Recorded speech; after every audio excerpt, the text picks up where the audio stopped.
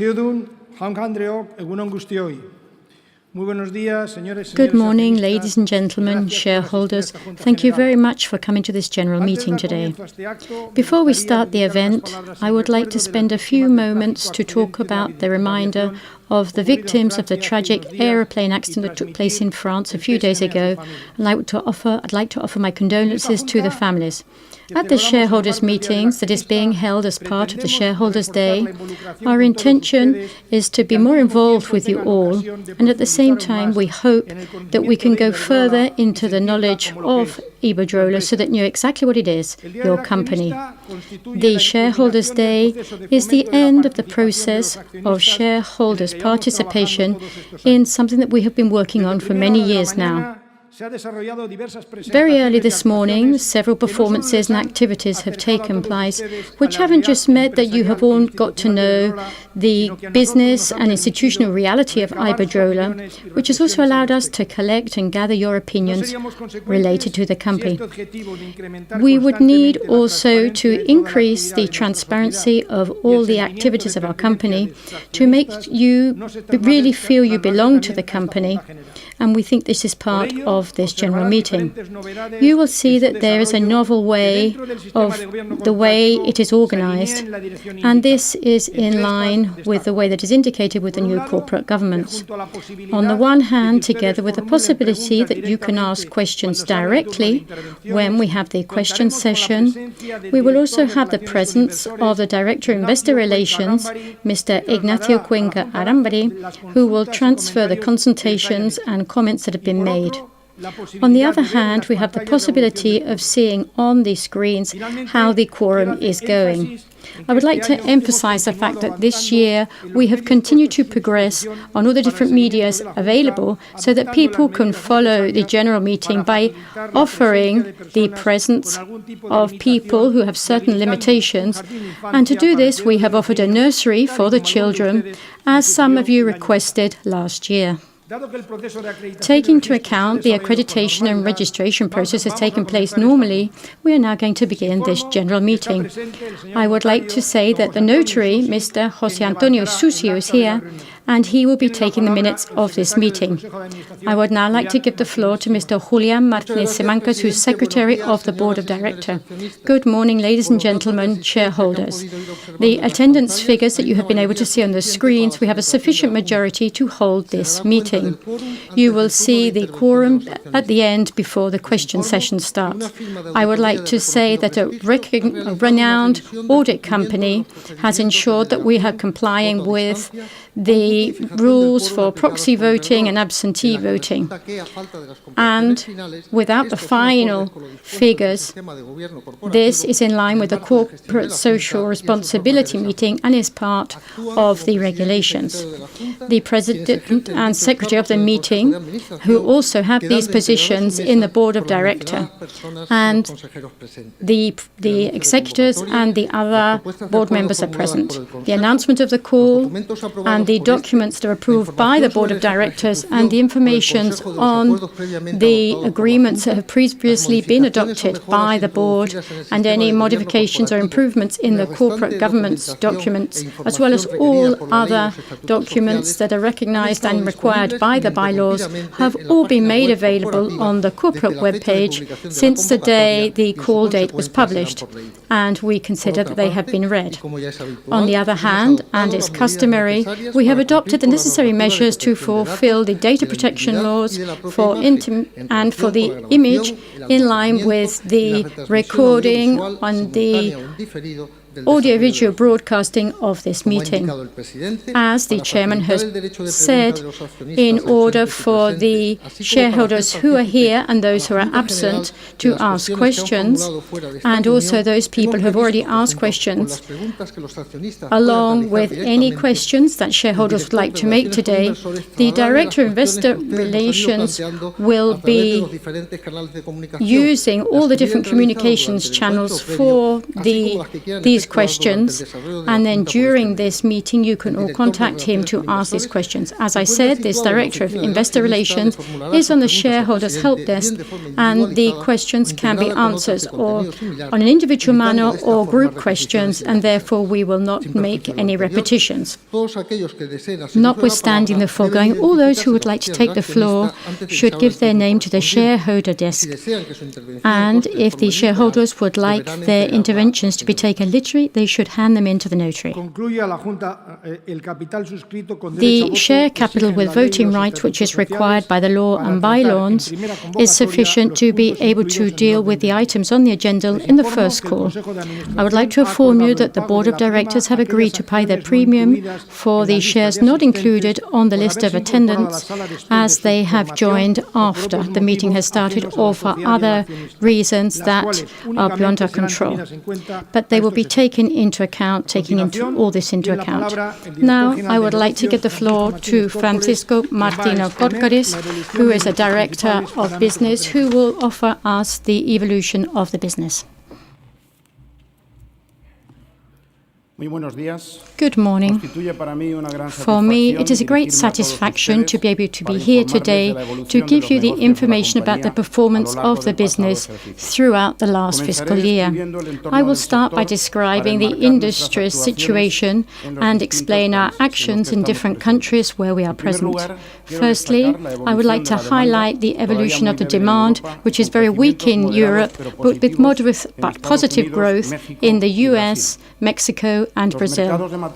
The commodities market are characterized by an important drop in their main values. The average price of oil went down 9%, reaching $60 per barrel, where the average price of coal went down 8% to $65 a ton. CO2 is at €6 a ton, which is an increase of 33%, although the evolution is due to regulatory impact rather than market impacts. In this context, the electricity and gas prices have been affected by the drop in commodity prices, and they were lower than those in 2013. Now, talking about the activities carried out in the year 2014 in the grid and distributed energy, it was over 214 megawatts hour, in line with the previous year, thanks to a slight increase registered in the US and Brazil. Among the most significant developments, it's worthwhile mentioning the improvement of the quality of service in the countries where we're present, and this has been even more important in Spain, where we've had record quality levels. In Spain, we've also continued to have high investments. The implementation of the STAR project, we've installed over 2 million smart meters, which means that now, currently, we have a total of 4.5 million meters, of which 43% are of the total that were envisaged. With regard to the regulatory area, we have now part of the new regulatory framework, which is based on standard unit cost, which should be finalized at the end of this year. In the UK, the work on the transport network has included with the T1, and we will be improving the interconnections between Scotland, Wales and the UK. In the last quarter of 2014, and after 1 year of negotiations with the regulator, the ED1, which is the new framework for investment and remuneration for the distribution that will take place this year, and it will be in force until 2023.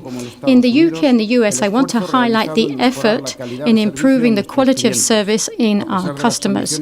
Despite the adverse weather, with lots of snow and windstorms, specifically the quality index went up 18% in the UK and 1% in the US. In Brazil, the long drought that has affected the country since 2030 still is affecting the sector, and the generation costs are much higher. I would like to highlight the important measures that the government has set up to alleviate this impact on the distribution companies, such as a different finance methods, establishing tariff flags and the recognition of specific tariffs, and also assuming the cost of the capital, which means there will be a high financial remuneration on assets. Finally, the government has put in a lot of effort to transfer to the consumers the real costs of supply. In the electro case, in August 2014, they updated their tariff and they recognized an increase of 38%. In February this year, we've approved an extraordinary review of tariffs for the distribution companies, which is applicable from the 2nd of March, which represents a 34% in electro case. In Neo Energy's case, it has been a less amount due to non-manageable costs, which are lower for 2015, which means the increase approved have been 2% for CELPI, 3% for COSEM, and 5% for Coelba, approximately. Now, talking about the generation business, I would like to highlight the fact, thanks to the commissioning of new facilities, the group now has 45,000 megawatts, of which 62% are emissions-free. The production at the end of the year reached 139 million megawatts an hour, which is almost 2% above the 2013 figures, mainly due to the high wind and water energy, and also the good performance of our combined cycle in Mexico. We have continued to work to improve the availability in our generation facilities, both with the traditional facilities and also with renewables. In this respect, it is worthwhile mentioning the increase of availabilities of our nuclear plants of 5%, the coal-fired plants in the UK and also in the combined cycles in Mexico of 2%. The most important investments in generation have been in Spain. We're still commissioning the hydroelectric pumping Muela 2 station of 850 megawatts, which together with Melo 1 is the largest complex of this type with almost 1,500 megawatts. We've also progressed in extending the hydroelectric plant San Pedro 2 on the Rio Sil.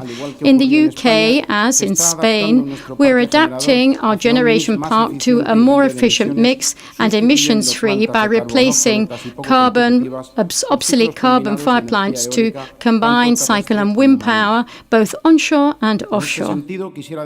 In this respect, I would highlight that the west of Dutton Sound in the Irish Sea project has finished.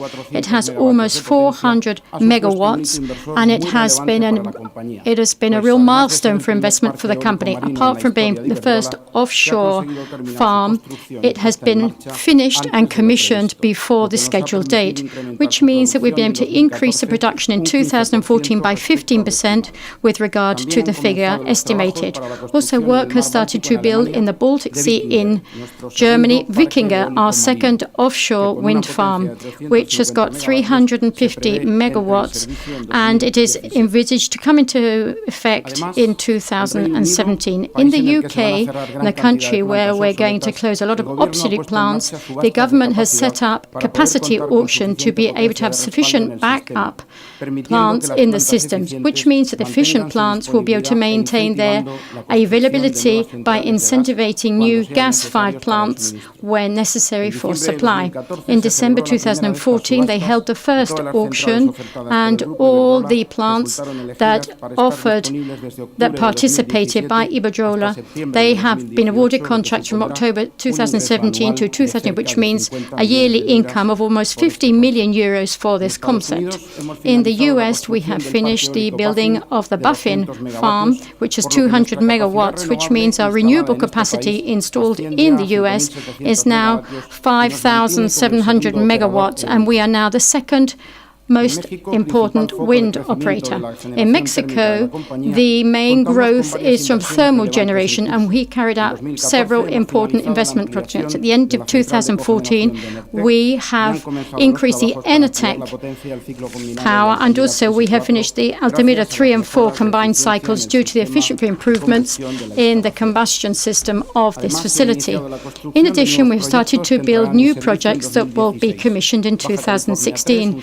Baja Baja California 3, which is a combined cycle with also 300 megawatts, whose energy will be sold to the Federal Electricity Commission. The fifth one of Dulces Nombres in Monterrey, which means there will be 300 new megawatts in the current plant to supply new private customers, and the cogeneration plants of Kimberly-Clark and Dinosaurs, an ad hoc solutions for two of our major clients in the country where we'll be supplying them electricity and steam.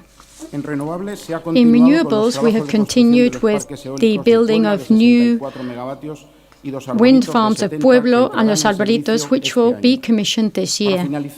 And to end with the review of the main highlights of our investments, in 2014, Iberdrola participated in several renewable energy auctions in Brazil and were awarded several products which will give us 174 megawatts, which will come into service in the year 2016 and 2017. With regard to retail activities in 2014, our sales of electricity and gas to end customers, they were around 122 million megawatts hour, of which the great majority, 91%, were sold in the free market. Thus, the energy sent to clients in this market was over 110 megawatts hour, which was 5% less than the year 2013. There were two main reasons for this. On the one hand, less unit consumption for residents in Spain, and also there's a high competition in the UK, where the small suppliers have increased their market share, and it now represents more than 10% of the residential market. However, it's worthwhile highlighting the number of contracts went up by 3% as a whole, and it's now over 12 million, thanks to the increase of 10% in Spain, a country where we now have approximately 7 million contracts. I would like to highlight the good results in the retail business. In an adverse environment with growing competition in prices, low consumption, the Iberdrola Group has improved its results mainly due to the launch of new interesting products for consumers and also a better portfolio choice. We have got higher customer loyalty, and also we have strong commitment over the years for digitalization, and this has allowed us to combine the use of traditional channels along with email and telephones, along with new ones with SMS, webs, emails, the apps or social networks. Apart from improving the communications, the Iberdrola Group is improving its products to make them more suitable for what the customers need, who are looking for competitive products which help them to save in their energy bills. For this reason, we have launched a campaign which has personalized solutions, which offers individual advice on how to consume electricity more efficiently and cheaper. Another product that has been offered for a while now is a fixed fee with the objective of adapting the bills to the different payment possibilities, so these will not be affected by changes in the market price. Finally, I would like to highlight another type of product which go well beyond the gas and electricity sale, and it gives us added value, which would be emergencies and the protection for home appliances. Apart from wanting to improve the quality of our customer services, at the end of 2014 we have a new retail IT system in the UK. We've invested 270 million euros to make sure that all our efficiency is improved, and it means that we'll be able to reduce the telephone time used and to improve the billing, thereby resolving a lot of the customers' claims. In addition, the operation expenses will reduce thanks to the less cost sales, less resources used, savings in maintaining the systems, and a reduction of the debt. Ladies and gentlemen, shareholders, I would like to end my speech this morning by highlighting how important it is for health and safety and efficiency. In 2014, and in line with our ongoing improvement, the number of occupational accidents are down by 18% in the entire Iberdrola Group. We have an excellent occupational safety, which we pass on to our contractors, and we demand that they have the same equipment, control and monitoring systems, because safety is our maximum priority, and we are going to put all our efforts as to achieve zero accidents. So all areas of the company are working on improving occupational risks and offering new accidents with the object of having the highest prevention culture at all levels of the company. Finally, with regard to efficiency, we strive to have excellency in our operations, and we are no longer just a benchmark according to the quality of our employees and assets, but also an example of operating efficiency in all the countries where we're present. Some of the measures that are up and running: we have the implementation of the best practices in all the business, the review of all the operational processes, the highest number of smart meters, and also the best possible retail systems. In 2015, we're going to continue to work along these lines of excellency, which will improve our competitiveness in all areas. Ladies, gentlemen, shareholders, for the future, you can be sure that we will continue to work with a lot of effort, as we have always done, and despite the changing environment that we live in, we will continue to get good results for you all. For that, we will do as much as we possibly can. Thank you very much.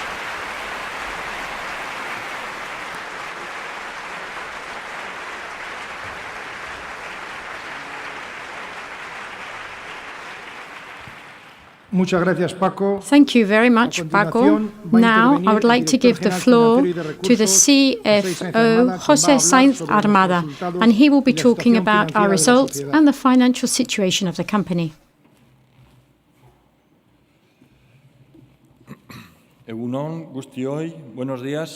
morning, ladies and gentlemen, shareholders. I will start my presentation by analyzing the company's result in the year 2014. The gross margin went up by 34% to reaching 12,200 million euros, thanks to the business model in a very difficult year, where we have been able to contain our recurrent operating expenses with just a 1% increase. As a consequence of this, these expenses grow by 2 points less the gross margin, and our efficiency ratio has gone up by 28.8%. Therefore, the gross operating profit of the group went up by 3% to 6,965 million euros. Regulated and contractual business now represents 75% of the total, including the network business of 51, renewables 19%, and also our regulated generation business in Mexico 5%. The non-regulated generation and retail business represented 28%. The financial results also improved by 12.2% thanks to the active management, the improved environment, which has meant that the level and the cost of the debt has gone down for the group. The net profit has amounted to 2,326 million euros, 9.5% less than 2013, which has been affected by a higher tax level. 85% net profit comes from regulated and contractual business of the group, while 15% is related to the non-regulated business in generation and retail. With regard to the financial management, Iberdrola has come to the end of 2014 as a very robust business, which allows us to face 2015 without any net financing required. We can say that Iberdrola has emerged from the crisis much stronger. Our balance sheet reached 93,800 million euros, with an increase of 3,900 million in our tangible fixed assets, increasing the financial muscle with an increase of 500 million euros in the shareholders' equity and a reduction in the adjusted net debt of 1,500, reaching 25,300 million euros. This amount is very similar to the 25 million euros that the group established for 2016 its strategic plan that was presented last February. This reduction of the debt has been achieved thanks to the generation of cash flow, which was near 5,500 million euros, a control of investments, which were primarily for the regulated business, which reached in total 2,850 million euros in 2014. The progress in our divestment program, which during last year was over 1,000 million euros, and also the collection of 1.6 million from the tariff deficit, which has helped. All this has been done at the same time as we've maintained our commitment to shareholder remuneration. As a consequence, all the solvency ratios of the group improved in 2014, especially the net debt ratio on the gross operating result by 4 or 3 times, which was very close to the 3.6 times that was established for the year 2016. And the debt ratio of the group reached 41.3% in 2014 compared to 43.2% registered at the end of 2013. This has meant that the rating agencies have maintained or improved our rating, both for the group as well as our subsidiaries, and we hope that this position continues throughout the year. The company has carried out very active finance management. What is important is to highlight the issuance of bonds for over 1,850 million euros, including the first issuance of a green bond of a Spanish company, and the 7,000 million euros that have been renegotiated in liquidity transactions, so they are in line with the group's requirements. As a consequence, Iberdrola has all its financial needs covered for the year 2015, thanks to its strong liquidity position, which is currently at 9,000 million, which covers the next 30 months. The average period of the debt is over 6.3 years, with comfortable amortization schedule, and over 50% of the debt matures as from 2020. Also, we've made the most of the low interest rates in the Eurozone to increase the finance to a variable type from 40 to 60% of the debt, which means the cost of the debt has gone to 18 basis points to 4.5. 3 to 4.35. This situation will continue throughout the year, and the company is still optimizing the debt levels in euros, obtaining finance at levels below the Spanish Treasury. The last 8-year issuance was at 1.12%, or 15 basis points lower than the Treasury rates on the same date. However, the presence of the group in other countries with very high interest rates, such as Brazil, and the liquidity position means that the net cost of the debt is over that of the financing in euros. The risk management for the currencies is part of the group's financial strategy. Over 50% of the gross operating result is generated outside the Eurozone. Our hedging policy is to protect the solvency by financing us in the currency in which we have the cash flow and the results, and adjusting the weight of the debt in the currency to the percentage of the results in that particular currency, which means that the risk is lower for the group for non-desired fluctuation in foreign currencies, and therefore protecting the income statement. In addition to everything that I've commented, Iberdrola buys products and services and fuel for over 5,400 million users through a management model that enables us to have diversified suppliers, over 18,300 of them. 19% of those are classified according to their main sustainability standards. Suppliers who the multinational group of the size of Iberdrola has global opportunities beyond that of its markets. Sometimes this means that there is efficiency for the group, which are 10% reduction in the unit cost in the purchases throughout the year. The management of almost 30,000 men and women who work for Iberdrola between Spain, UK, the US, Mexico and Brazil, we are now looking at efficiency and good practices, which are compatible with the fact that we are a pioneer company autonomy, and we have work-life balance. For that, the management model is global, but at the same time, it adapts to the local characteristics, with ongoing training for 90% of the staff, both on technical issues as well as risks, as our main objective is to the best employment safety. And we also manage talent, which is key for the group, and we ensure that we offer development plans locally and internationally.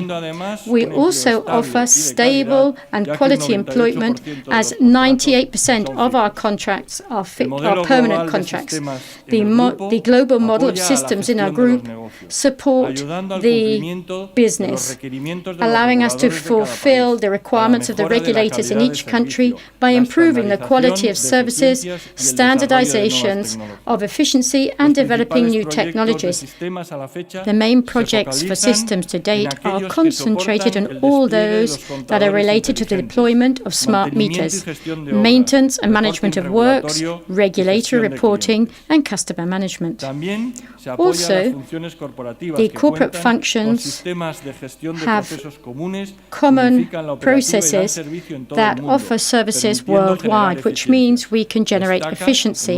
And what is worth highlighting is a new management model for the accounts, as also for the global human resources management. The services and spaces management in the group means that we can have better efficiency and improve quality because they are now more efficient and based on new technologies and energy efficiency.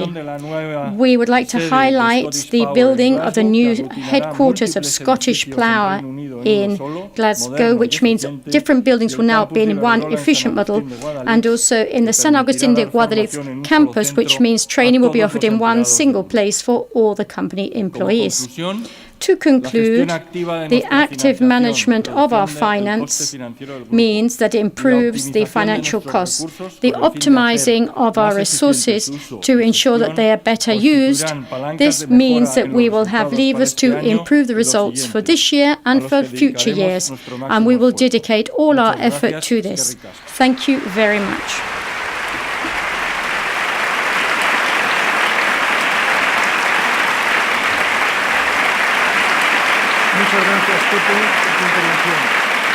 Thank you much, Pepe, for your presentation.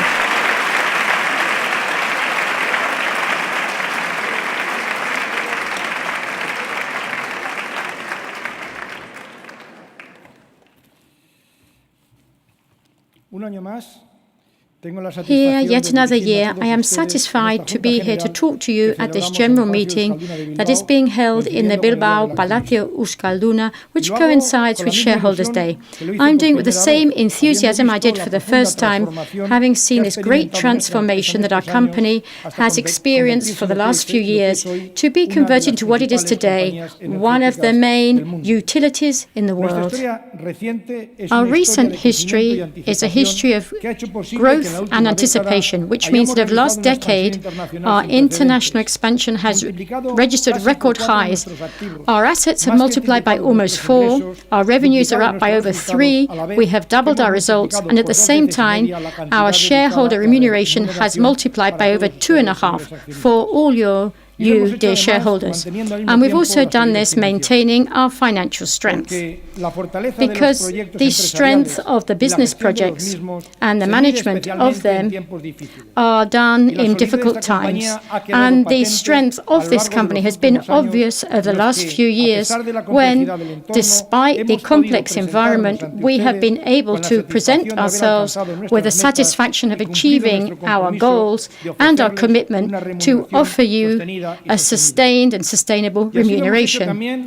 And this is what we did last year when our results were over those expected, which has allowed us to offer you the remuneration of 0.27 euros per share as we had promised. All this means that we can believe that these men and women who were these Basque entrepreneurs who founded the company last century will be very proud today to see what we have all done, to continue continue with their project and to make it a worldwide product, and to pass it on to the next generation without losing the essence and making it stronger throughout the years.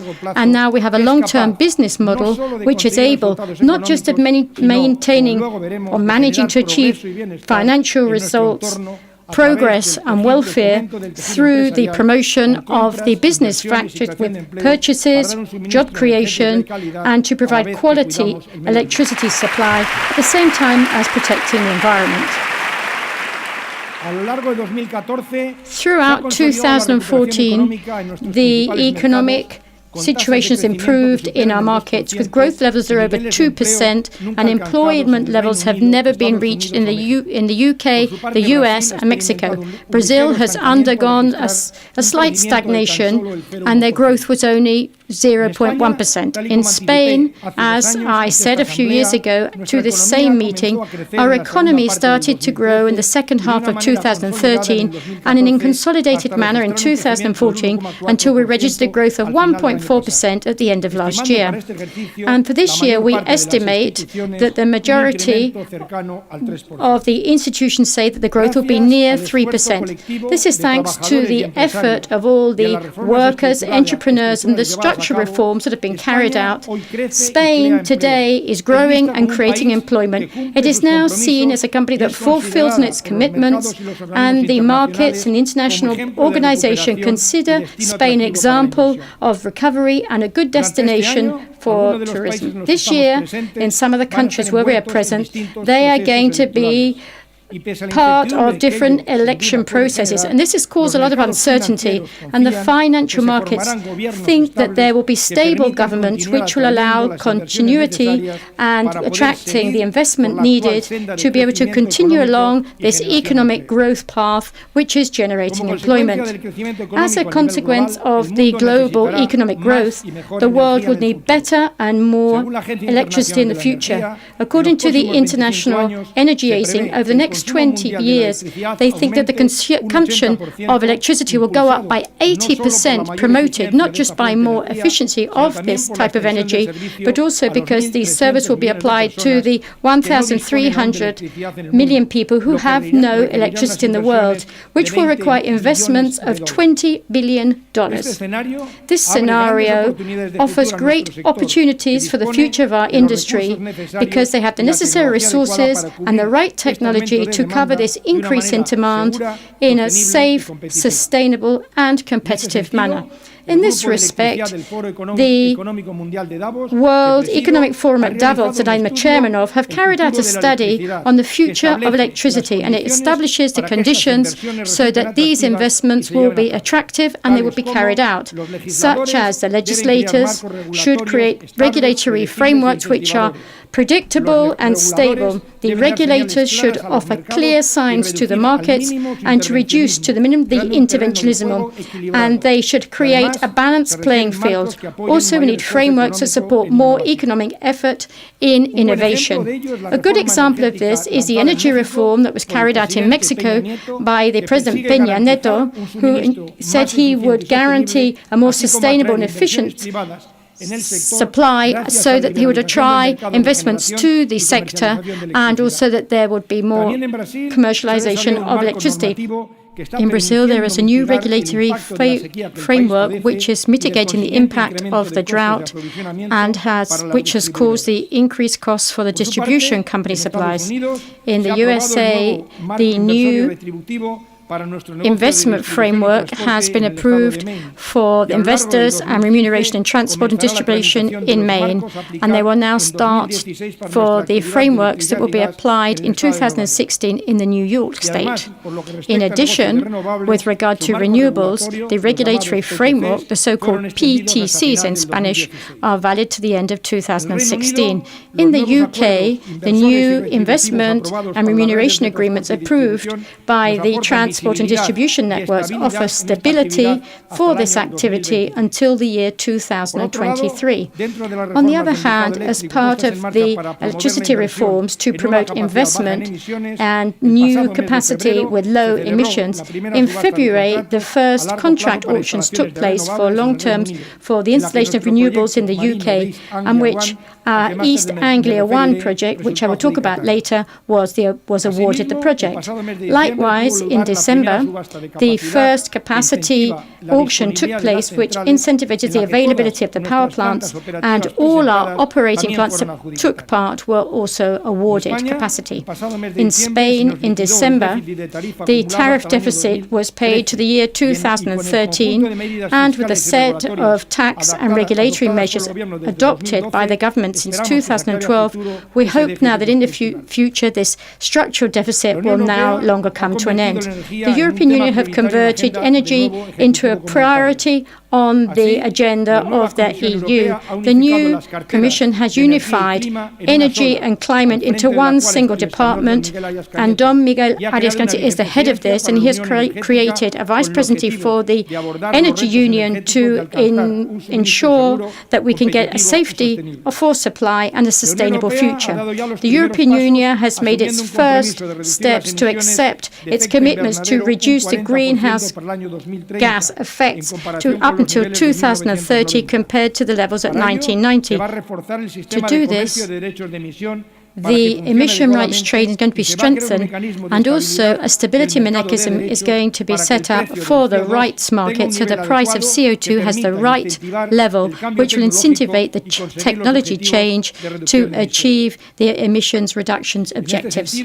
In this respect, at the end of this year, in Paris, the climate summit will be held, and Europe is a leader in this field, and we truly believe that an agreement will be reached which will help us to have a cleaner world for future generations. On the 25th of February, the European Commission presented the basic lines to create the Energy Union, which will be based on 5 axes to guarantee energy security from supplies and routes, to decarbonize the economy, to promote energy efficiency, to promote innovation, and finally to achieve an interior energy market with more competitive prices through more interconnections, increasing a confluence of energy policies of member states, reducing state intervention, and guaranteeing more transparency and uniformity in the breakdown of prices with regard to taxes and state subsidies. The European Commission is aware that while no decisions are made, competitiveness is being lost in the European community compared to other countries. Why? Because if the energy supply in Europe have gone down over the last few years, the final rates have gone up because they're including environmental costs, social tax costs, which are not related to the power supply, because they represent around 40% on a European level, and in Spain they represent 16% of the tariff. 60%. In this context, we have continued to optimize the operating management and the financial management of the group to progress to fulfill the objectives that we set for the year 2016. As we realized in our last shareholders meetings, they are based on investments, more than 80% for regulated business in the different geographical areas, more operating efficiency and more financial strength, and also an improvement of the financial ratios to be able to guarantee a sustainable remuneration system to all you shareholders. All these lines of actions have been fulfilled last year, and we have got results that were above our expectations. And we have registered the gross operating profit, EBITDA, of 6,965 million euros, and also a net profit of 2,307 million. And without a doubt, all this efficiency is due to the effort on costs and our investments internationally, which have allowed us to mitigate the impact of the regulatory influence or the new regulations here in Spain. We have also reduced our debt by 1,500 million, and we're close to our objective that we had set for 2016, and the EBITDA debt ratio has improved by 10%. These results confirm the company is doing very well, and it has allowed the Board of Directors to propose to the General Meeting a remuneration for shareholders of 0.27 euros per share, which last year in December we paid 0.127, and in June it was 0.03, which has to be added to the attendance premium for this of 0.05 gross for the shareholders that are here presented or with proxies. It's great satisfaction to be able to inform you that during 2014, the return for the dividend has gone up 30.1%, as well as a revaluation of the action, which is much higher than our European competitors and above the Eurostock utilities or the IBEX 35 benchmarks. And as far as we're going this year, the shares have gone up in price, and the majority of the financial markets say that we're still got a long way to go in the price of our shares.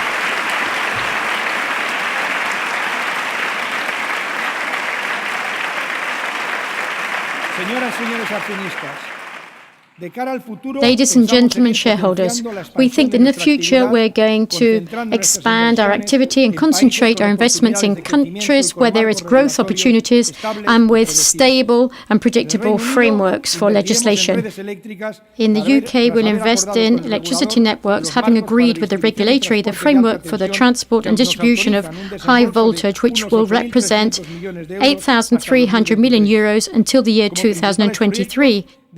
Main projects, we can mention the underwater interconnection of direct current high voltage of 600,000 volts between Scotland and Wales, with an investment of 1,400 million, which in 2007 will be the largest connection in the world. And after the commissioning in 2014 of our first offshore wind farm, the west of Dutton Sands in the Irish Seas, which was an investment over 1,000 million euros, and also the start of the construction of Wikinger in the German Baltic Sea, which represents 1,400 million investment, which will come into operation in 2007. And as I already said, we have won the auction for the UK government for the building and operation of an offshore wind farm in the North Sea, East Anglia 1. The construction of this wind farm will start in 2016 and end in 2018 and requires an investment of 2,800 million euros.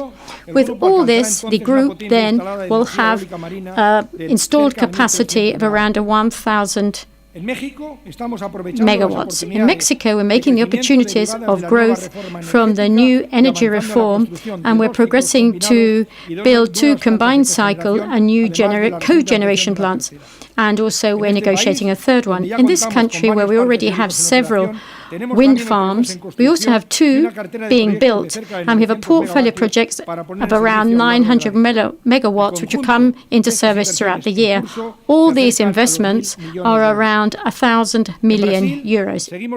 In Brazil, we're continuing to develop our distribution companies through electro and neo energy in order to satisfy the increased demand for electricity, and we are building the hydropower station of Belo Monte and Baixo Iguaçu, and at the end of the year we'll have 1,800 megawatts. We're also starting to build 6 new wind farms, which will add over the next few years to the 11 we already manage. All this will represent investments for the group over 800 million euros. In Spain, we're continuing to implement the smart grids and the smart meters with a total investment over the next few years of 2,000 million euros, which means that we're continuing to improve our efficiency and the quality of service, which means that 2014 has been the best in our history. In the USA, after finishing the transport line in Maine, which I mentioned in the last general meeting, which represented investment of 1,000 million euros, we're continuing to deploy the networks and the grids. We will be having high voltage transport line to take more energy to the city of New York. This is an initiative where we participate with a contribution of almost $200 million to the year 2018 through our subsidiaries, Rochester Gas and Electric and the New York State Electric and Gas. In renewables, we've already started to build the Buffin, which is 200 megawatt wind farm, and we've got another part of around 2,000 megawatts to be built to 2016. In addition, our photovoltaic plants in Arizona and Colorado that have just been commissioned have been working at full capacity throughout the year. I would also now like to remind you of a new corporate merger on the 25th of February this year, which was approved by our subholding in the US and also the UIL Holding Corporation that operates in the regulated market for transport and distribution of gas and electricity in the states of Connecticut and Massachusetts. When this transaction finalizes, we will have created one of the largest utilities with grid assets in the US, which will be quoted on the New York Stock Exchange, and the Iberdrola Group will have over 81.5%. And to give you just a few facts and figures about the new company, it will have about 31,000 million assets, an EBITDA of 2,014 million, and a net profit of 570. 6,684 installed capacity, and will provide service to a population of around 10 million people through 3.1 connection points. And with electric and gas networks in the states of New York, Connecticut, Maine and Massachusetts, and also as storage and electricity generation in another 20 states in North America. By that, we are increasing our footprint in that country, and the weight of regulated business in dollars creates value for the group because it allows us to maintain our financial strength. The new subsidiary in the future will be contributing around 30% to the group's result.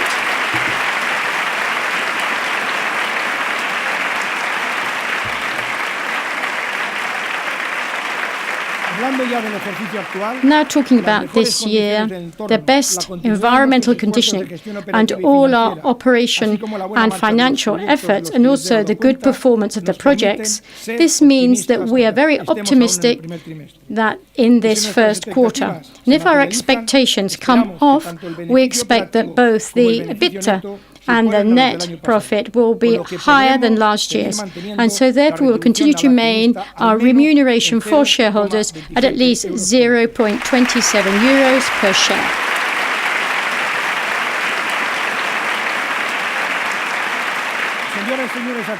Now, ladies and gentlemen, shareholders, now I would like to make reference to the novelties with regard to corporate governance over the last year and the new initiatives in this field.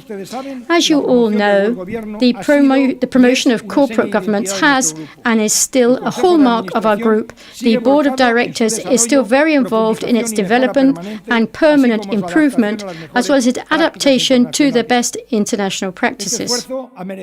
This effort has been worth the recognition of international organizations. We have received the World Finance Government Award as being the Spanish company with the best corporate governance, and this year the Ethical Boardroom Governance Award for being the European utility with the best practices in its field. But apart from these recognitions, ladies and gentlemen shareholders, throughout these years we have received all your support and endorsement. In this respect, I have to make reference to two sentences from the High Court that have put an end to the appeals against articles of association filed by Residencial Monte Carmelo, which belongs to the ACS Group, against the general shareholders meetings of 2010 and 2011.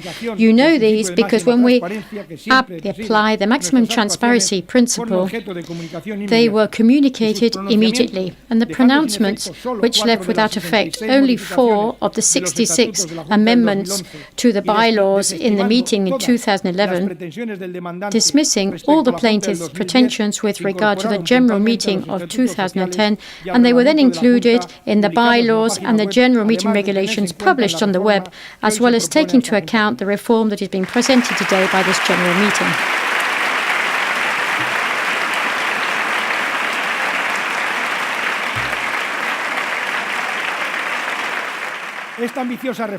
This ambitious reform that takes into account the new legislation intends to strengthen the figure of shareholders as the central part of corporate governance of the company and their involvement in it, and to strengthen their rights.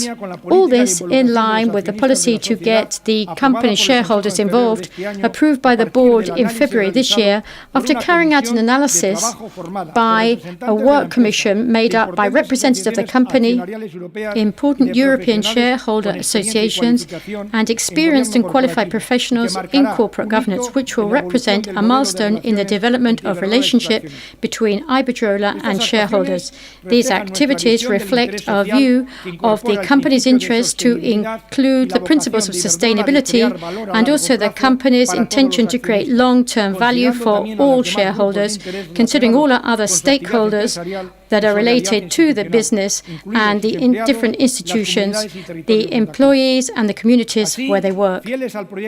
Therefore, faithful to the projects that we passed last year, we're very proud to be able to celebrate the shareholders meeting in the framework of Shareholders Day, a pioneer initiative that intends to get the company institutional reality and to get a bidirectional involvement with all you and to get you, as we say, involved in the company's business. Finally, in relation to the board of direction, I am very satisfied to be able to say we are the great Spanish company on the IBEX with the highest number of women directors. And as we say, a lot of the board of directors commissions are led by women, and also there's a coordinator of all of them who comes from Bilbao.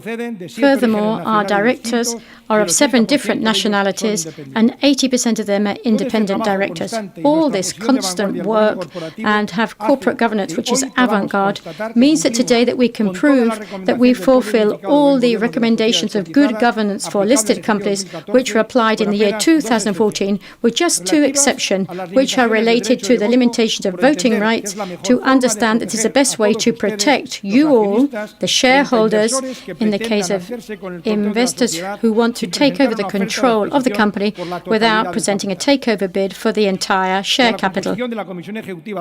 And the composition of the delegated executive commission, as it is technically impossible to comply with this due to the small size. Therefore, we have fulfilled a year before it was necessary with the 64 recommendations of the new Code of Governance, which was approved nearly 2 months ago by the Spanish Securities and Exchange Commission. This avant-garde position means that we have a high level of compliance, which means that we can prevent, detect and react in the face of fraud, irregular activities and the ethical code. Over the last few months, we have further intensified our dissemination campaigns over our staff, and we have been recognized with the 10th Annual Compliance Awards, and even more recently with the Women in Compliance Awards for our hard work. Also, we have been chosen for the 2nd consecutive year as one of the world's most ethical companies, being the only Spanish company out of the 132 in the ranking.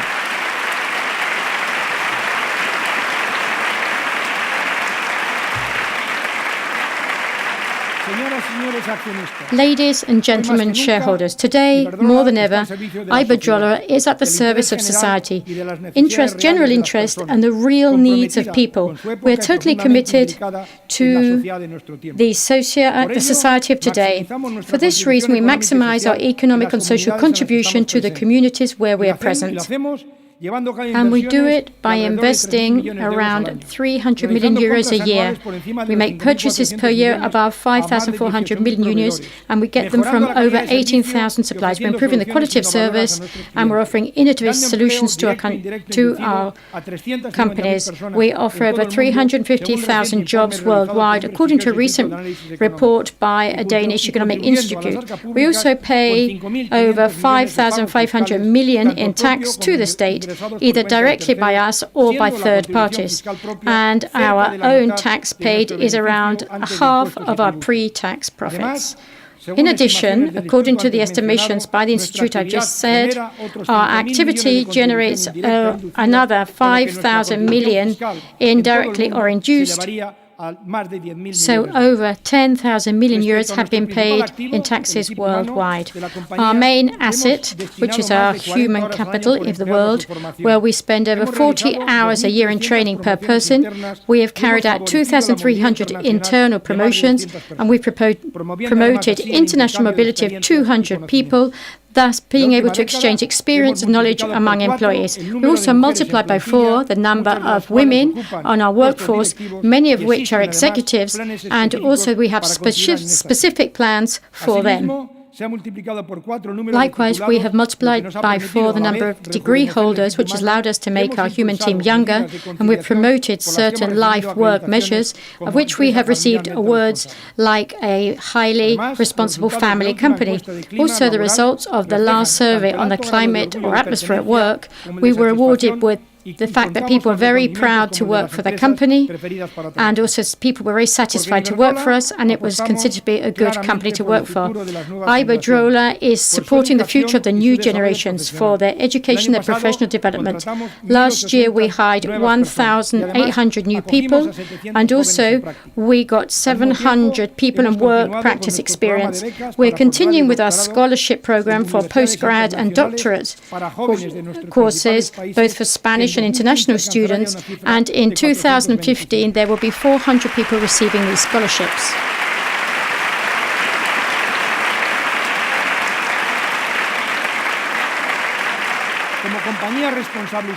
As a responsible and sustainable company, innovation, looking after the environment and diversity is the real core of our decision-making. Therefore, we have destined 1,700 million users for R plus D plus I things, really related to intelligent grid and offshore wind power.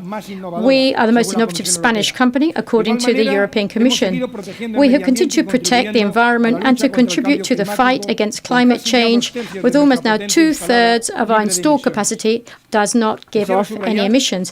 I would like to highlight this emissions issue because now our kilowatt hour have 30% less emissions than the average in Europe. We have set the goal for an additional 30% reduction in emissions of kilowatt hour for the year 2020. Also, we need to be CO2 neutral in 2050.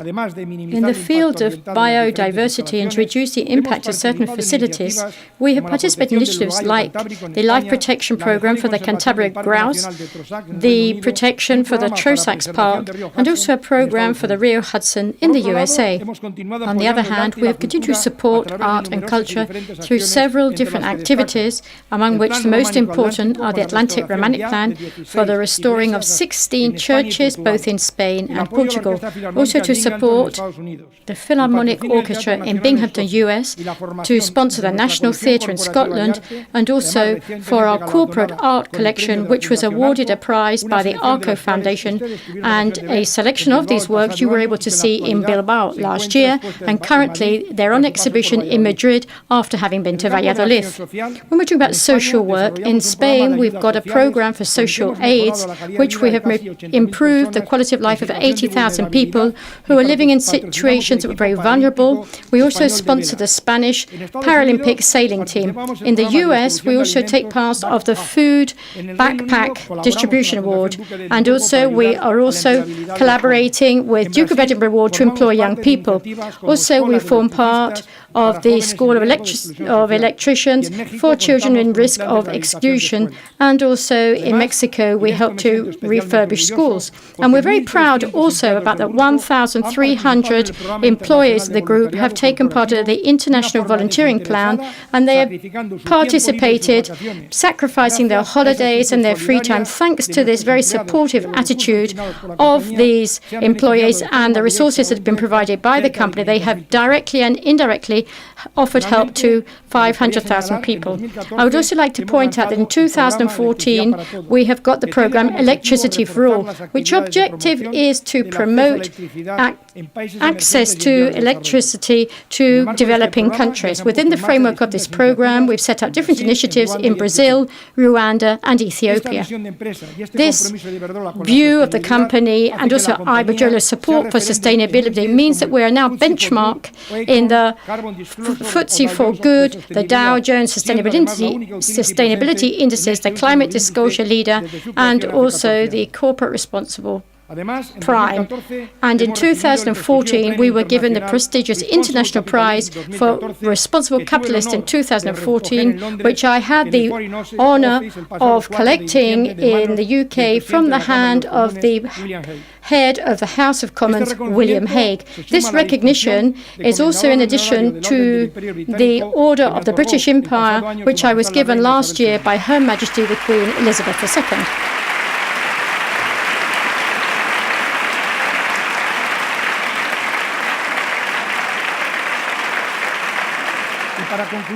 And to conclude, I would like to highlight the excellent work that once again has been carried out by the men and women who work for our company all over the world. To all of them, I thank them for their commitment, dedication, and everything that they do for this shared project. I'd just like to thank their constructive attitude for the trade union representative in all the countries where we are present, who once again have been determining factors in the year 2014, and they will be in the future too.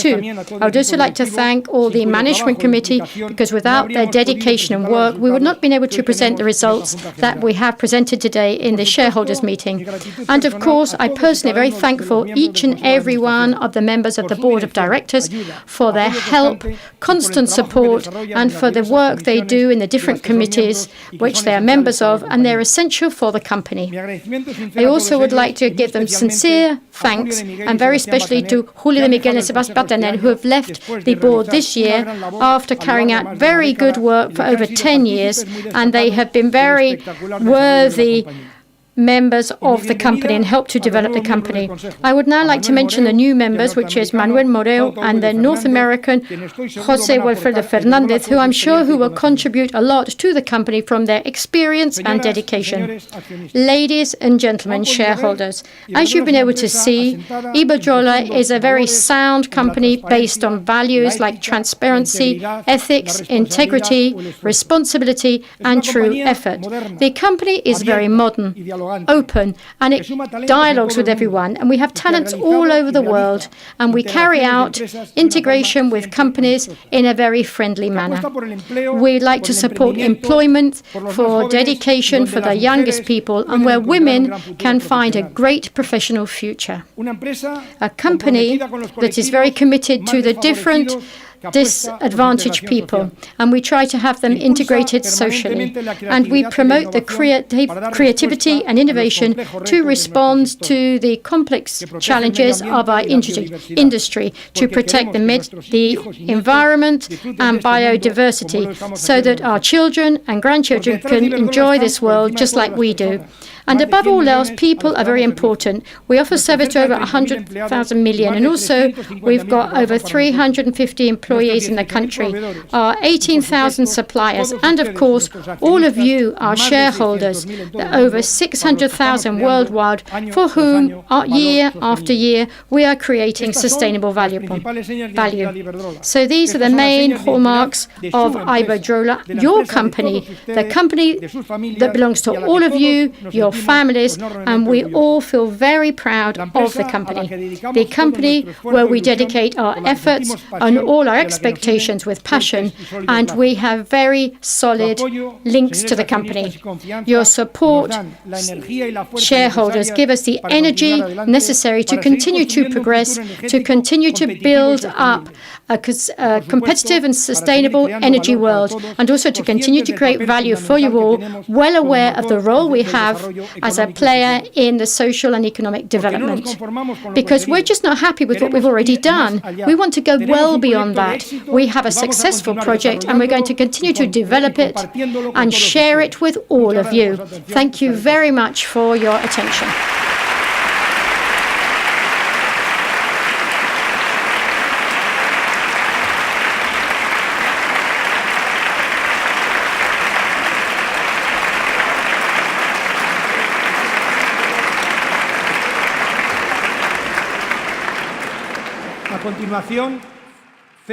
Now, I would like to give the floor to the Secretary, so he explains the quorum that was closed at the beginning of this general meeting. The share capital today is 4,791,362,250, represented by 6,388,483 ordinary shares worth 75 cents nominal value, and they belong to one single class and series. Here we have attendance of 181,523 shareholders who are the holders of 5,024,274,724,000, which represents 78.65% of the share capital.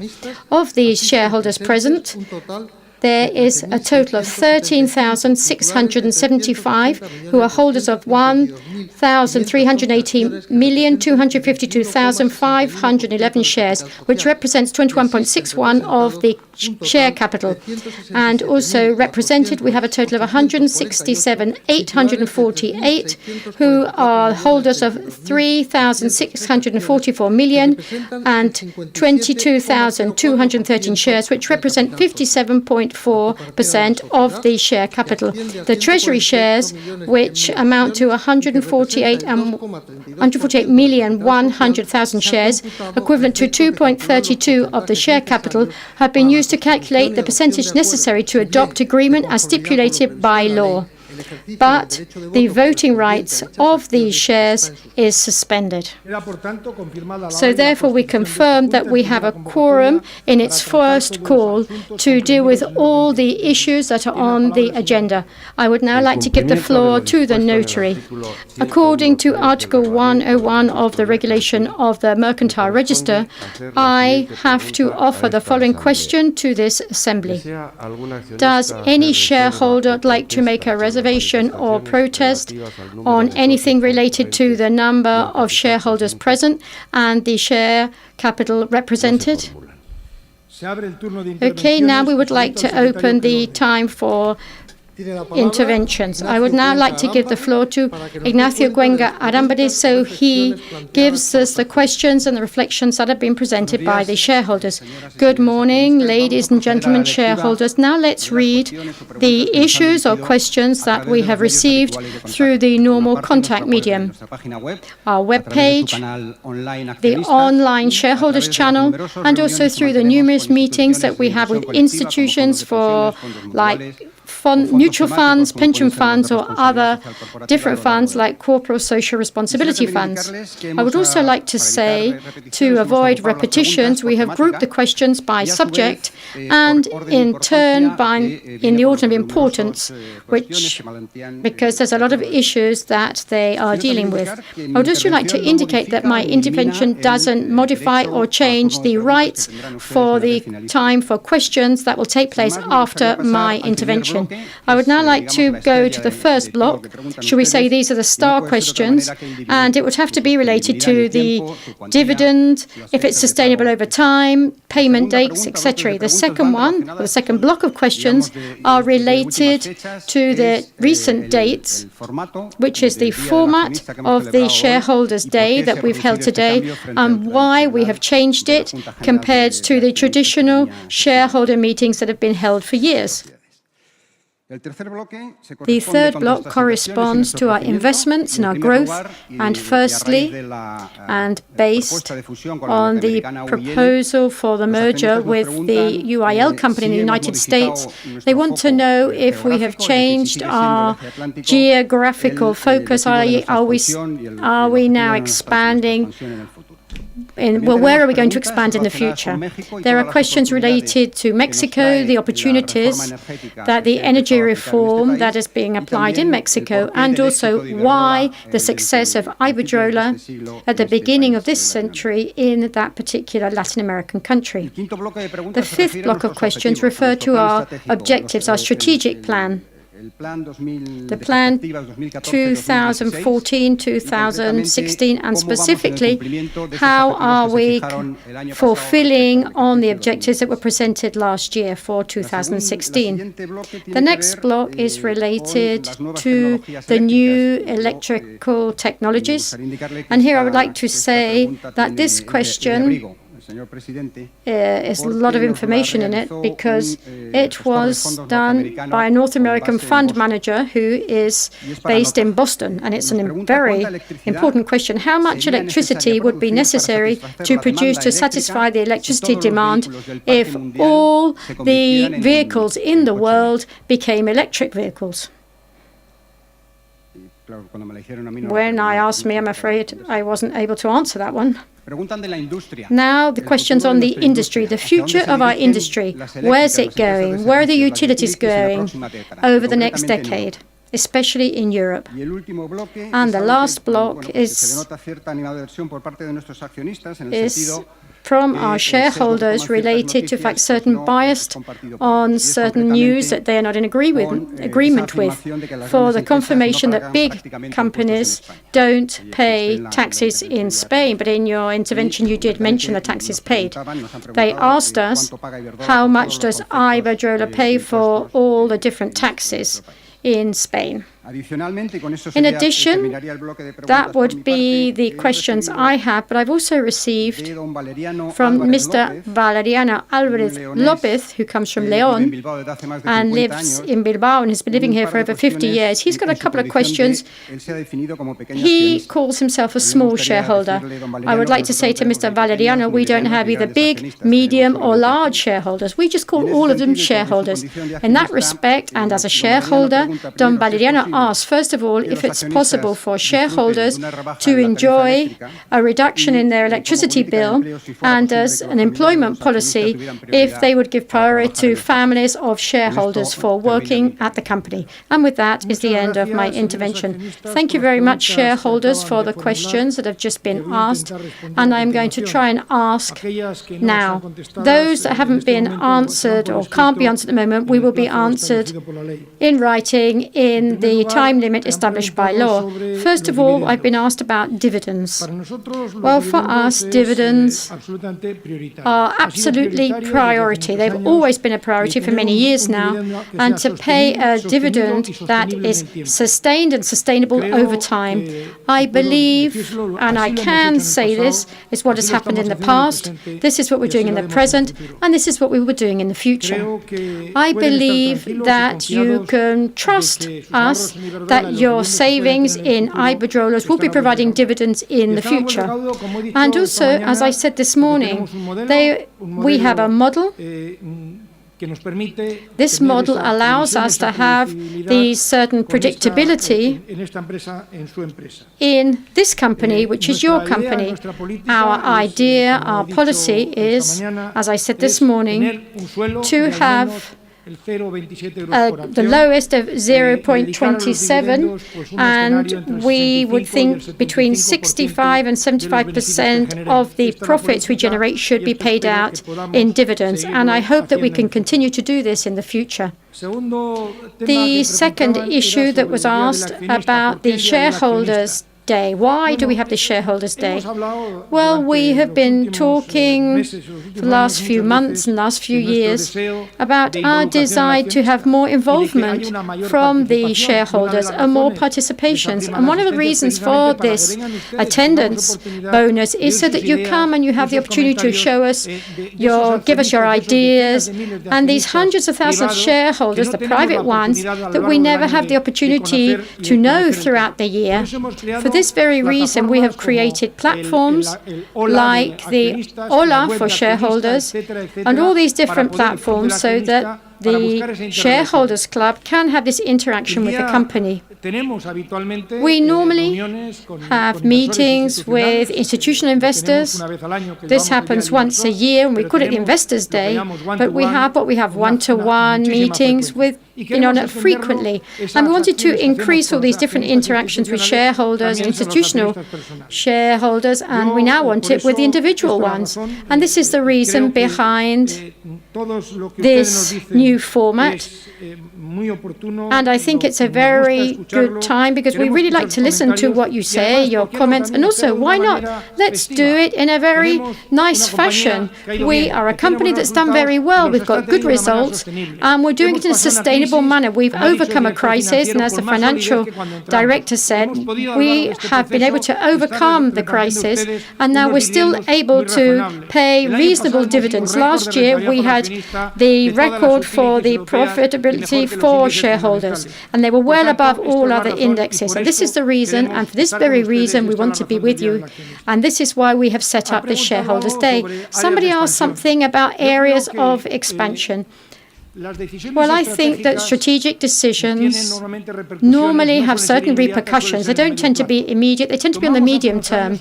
A few years ago, we decided on certain strategic plans. We were the first people to support renewables, we supported regulated business, and we also supported countries, some which were emerging ones, others were already developed countries, and they are now giving us a lot of satisfaction. In these countries, we have magnificent growth opportunities. I've given you the figures. I've talked about the amounts of the projects that we have in some of these countries, for example, the UK, with the distribution and networks and the wind farms, and all these new power stations in Mexico, etc., etc. And so the countries where we are, we have great potential for growth, to not need to look on the short term for other opportunities. But having said that, we are a company who've got eyes, and we look at everything that goes on around us, and if at a specific point of time we see there's an opportunity, we will study it. But we do not need to look for it. We have sufficient business in the places we are to provide this sustained growth over time. And this, well, the questions that have been asked about Mexico. Mexico is a very good example. In Mexico, we went there 15 years ago. Yesterday I had the opportunity that the ex-president of Mexico, Ernesto Zedillo, accompanied us, the executive team, to share with us a morning and to share experiences for management. He is now a lecturer at American universities, and it was a great experience, not just on an academic level, but also a political and management level. And he shared with us a series of ideas on issues. In Mexico, we started up there 15 years ago. We started to invest then, and then very few people were actually backing Mexico, or no one. We were pioneers in a country where there was a state monopoly, and there was a federal commission for electricity, and there were certain rules which they weren't that clearly defined, but over these years it means that we are now the second supplier of electricity in Mexico. Like 15 or 20% is produced by us, and we are selling it to the Federal Electricity Commission, and there we have gained prestige as a solid, clean, transparent profession company. So this helps us because in a different moment in time, as I already said, within legal frameworks, which at the moment there's going to be a new energy reform, it means there's going to be lots of opportunities, and we will there be able to participate in this country that is known to us. 98% of our staff in Mexico are Mexican. It's managed by Mexican, and they're using the best people in the group. So it's a country where there are great opportunities. We're building 2 combined cycle power plants and also cogeneration, and we're also setting up wind farms. And if we continue in the future along this path, the 2016 plan, how do we see it? Well, I have to say, and I've already said it, we're very optimistic. We are optimistic because we're doing our homework. We're not talking about plans just down on paper. We're talking about power plants that are being built. We're talking about lines that are being built. We're talking about regulatory frameworks that have been agreed. And therefore, well, we have the visibility of something that's already on way. So I really think that we can think that this will be correct. So now the situation at the moment is helping us, which are the exchange rates and all the efficiency measures that have been implemented throughout these years, without a doubt, are going to give us the right results in the future. The question, well, the Boston shareholder about the electric vehicles. Well, maybe some of my life, I started my professional life as an engineer in a company called Tudor. We used to manufacture batteries, and we'd made batteries, which was my mission to show, first of all, batteries for electrical equipment for electrical vehicles. So electrical vehicles were used apart from just like forklift trucks. And there was also the milkmen that go around in the UK. But anyone who's old went to England at the time, you know that the morning the glass bottles of milk were delivered to your doorstep. And so I've manufactured lots of batteries. I sold lots of batteries, and at the moment, everything that sounds like electricity, well, I'm a real fan. And I came here today in an electric vehicle, which I can plug into. later on. Anyway, to predict what the electric demand would be if all the current vehicles were transformed into electric vehicles, well, that is a very, very difficult question to answer, because it depends on lots of different circumstances. What is going to be the power of these vehicles? How are they going to be used? Is it going to be 100% electricity, or will it be like now? And I think this is what's going to happen in the future. We have hybrid vehicles that have been plugged in, plus thermal vehicles, all these different issues. But to give you some sort of figure, but without any commitment that it's correct, I think that it could be about 20 or 25% more electricity demand worldwide, which is good news. And I go back to say we're in a good industry. If that takes place, well, I would be very pleased, because we are prepared technically and economically, so this happens. So anyway, I don't know the right figure, but anyway, it's good news that the transport becomes electricity-based, and it will be good for companies like ours. The future of utilities. Well, I've already commented this. We have prepared a document in the Davos Economic Forum, the Energy Commission, which I chair, about the future of electricity. If I remember correctly, we did it for the developed countries, and this year we're going to do one for the emerging and developing countries. As a whole, I've already said there was about 1,300 million people who don't have access to electricity. So to be able to take electricity that we think is required in the world, you need investments of around $20 billion or trillion in American dollars and billion for Spain. And so we believe that the OECD countries, the developed countries, these 20 billion could be about 7 or 8 billion. So what do we need? Well, we need to replace a generator that now exists, because some of them are obsolete, but also in the generator park, a lot of them, like we have, they're coal-fired, need to be replaced by other types.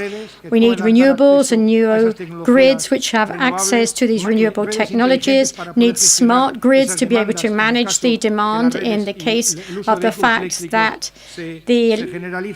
everything is more electric, and therefore I would like to repeat what I've already said. We will need a lot of money, we will need a lot of investment and a lot of technology, and the companies in the sector have all this. So what do we need? And this has already been said by the European Commission.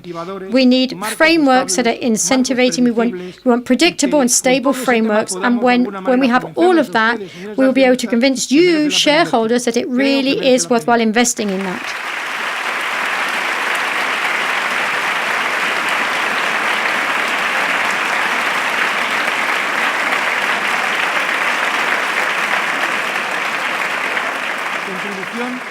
Well, what does taxes does Iberdrola pay? I've given you a few figures, but let me give you a few more.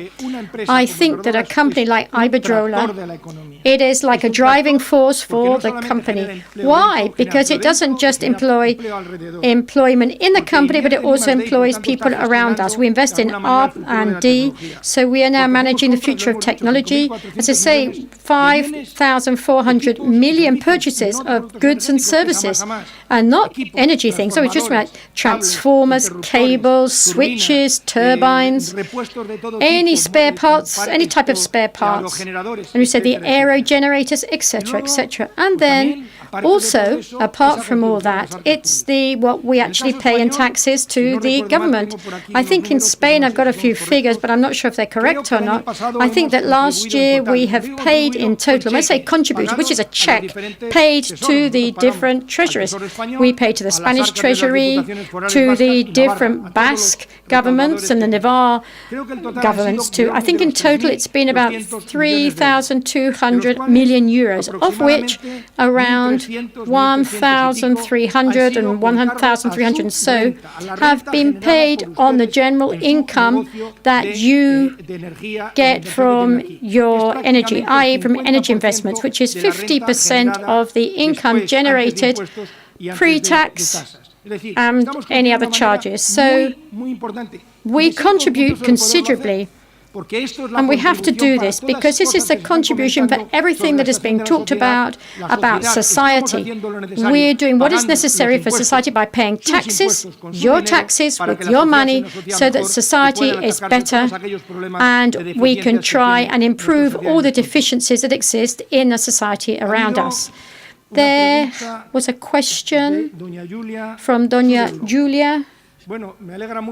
I'm very pleased to know that she thinks here in the company we have a clear policy in relation to do everything necessary to have gender equality. I am very pleased and proud that we are the company on the IBEX stock exchange in Spain that has the highest number of women on our board of directors, and also the coordinating director, Isne Macho, comes from Bilbao, and she, to a certain extent, controls all these sort of things that we may not do correctly within the board of directors. But anyway, I'm very satisfied because over the last few years we have multiplied by 4 the number of women on our workforce.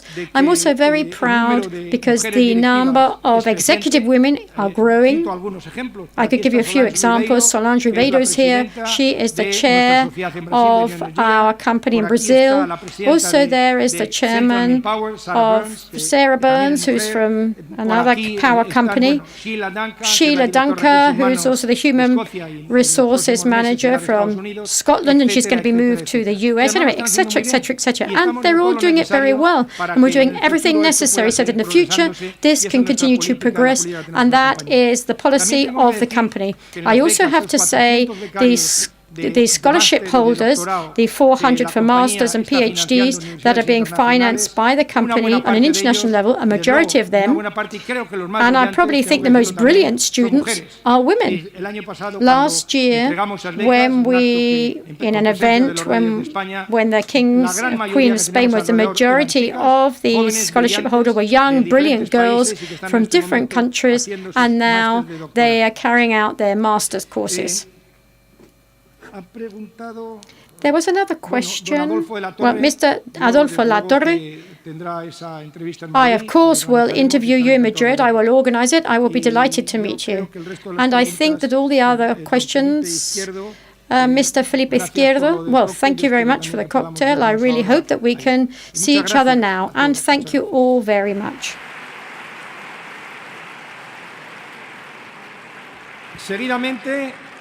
Now we will put to vote the proposal of the agreements on the different items on the agenda. For the voting for point 7 related to the ratification of the appointment by cooptation and the re-election of directors, and also point 12, the directors who have conflicts of interest should abstain for exercising their voting rights and the shares that they're representing. Both cases will be executed unless any shareholders here present, when they will be exercised by the chairman of the meeting, and if there was any conflict with him, it will be done with the secretary. They have both accepted this appointment. In line with the regulations of the general meeting, we will consider votes in favour those that correspond to all the shares here represented or present, unless they have already mentioned, or they will do so at the end to the notary, that they vote against, with a blank vote, or they abstain. Having made this clarification, I would like to say that the votes issued remotely and also the votes that have been delegated to members of the board, and also in line with all the different proposals. And also a renowned audit company will check the voting. And the result, and without doing the final checking, it seems that the procedures used are those that have been proposed and accepted in corporate governance. The shareholders present or representatives who want to vote against with a blank vote or abstain against any of the proposals should go and offer this to the notaria. We can now say that we have sufficient majority to approve all the proposals made, because we have a favourable vote of over 50% of the shares with voting rights. As a consequence, and in line with the details that we have here, we would like to say that all the proposals are approved without detriment to the votes that were not in favour, and they will be noted for each of the proposals. We now conclude the general meeting and the session is adjourned. But before you leave the room, I would like you to remain seated for a few more minutes so that you can hear the Rossini Choir, which has great international prestige, and they're going to interpret the song Marichu Nora Soas, which I am sure you will enjoy because it is a highly esteemed work.